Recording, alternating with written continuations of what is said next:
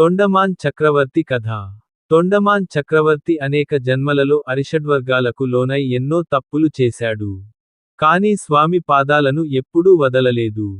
మొదటి జన్మలో నిషాదుడిగా పుట్టి వరాహస్వామికి ప్రసాదం పెట్టేవాడు. ఒకసారి వేటకెళ్ళి ఆలస్యంగా వచ్చి, తన కొడుకు ప్రసాదం తినేస్తున్నాడని కోపంతో అతని శిరస్సు ఖండించాడు. అప్పుడు వరాహస్వామి మీ అబ్బాయి ఇప్పుడే ప్రసాదం పెట్టాడు అని చెప్పగా, తన క్రోధం వల్ల కుమారుడిని చంపుకున్నానని బాధపడ్డాడు. తర్వాత కొన్ని జన్మల తర్వాత రంగదాసు అనే భక్తుడిగా పుట్టాడు.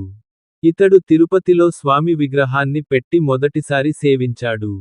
ఒకసారి పుష్కరిణిలో గంధర్వులు తమ భార్యలతో స్నానం చేస్తుంటే వారి సౌందర్యం చూసి కామానికి వశుడు అయ్యాడు.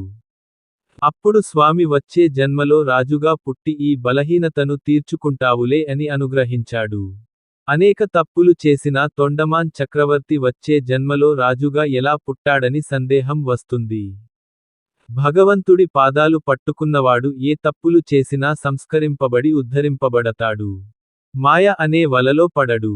తొండమాన్ ఎన్ని తప్పులు చేసినా స్వామి పాదాలు వదల్లేదు. అదే అతనికి అభ్యున్నతి కలిగించింది. ఆ తర్వాత జన్మలో తొండమాన్ చక్రవర్తిగా పుట్టాడు.